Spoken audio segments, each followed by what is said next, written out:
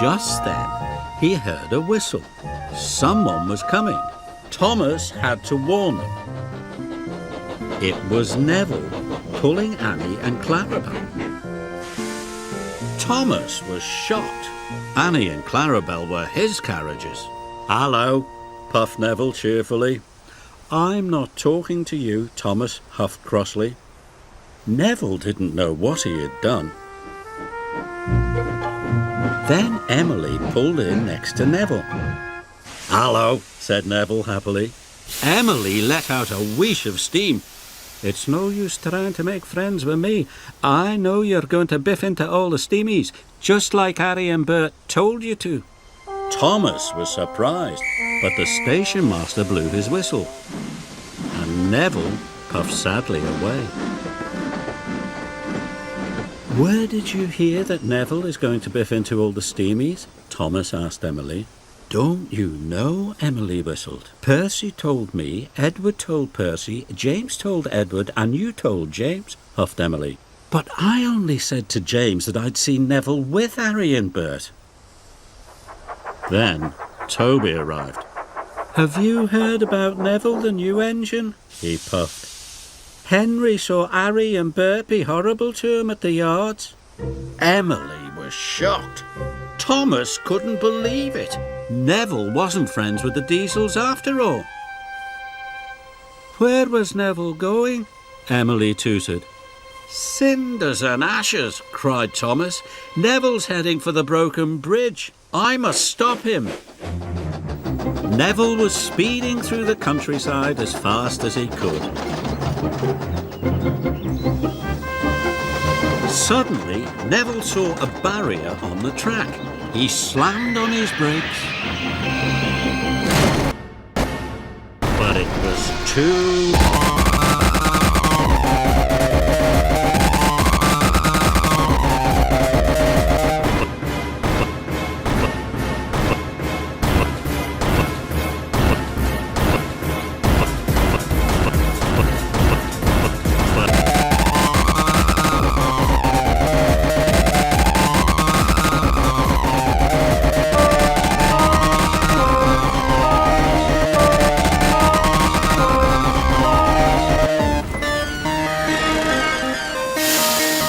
Neville was in terrible trouble now.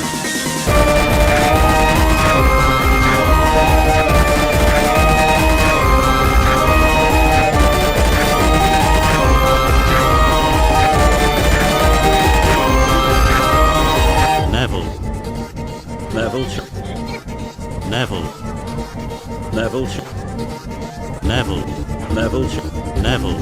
Neville. Neville, Neville, Neville, Neville, Neville, Neville, Neville.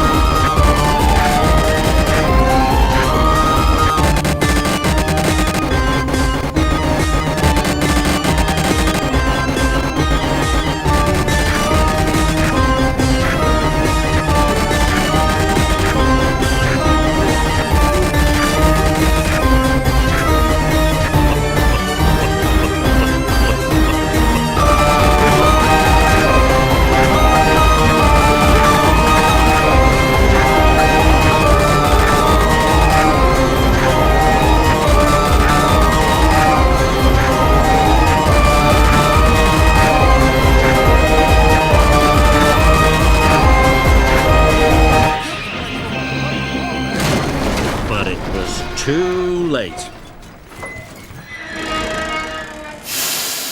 Neville was in terrible trouble. He was on the broken end of the bridge. Thomas knew it was all his fault. Suddenly he had an idea. Thomas steamed slowly and carefully onto the bridge. He gently bumped Clarabel and was coupled up.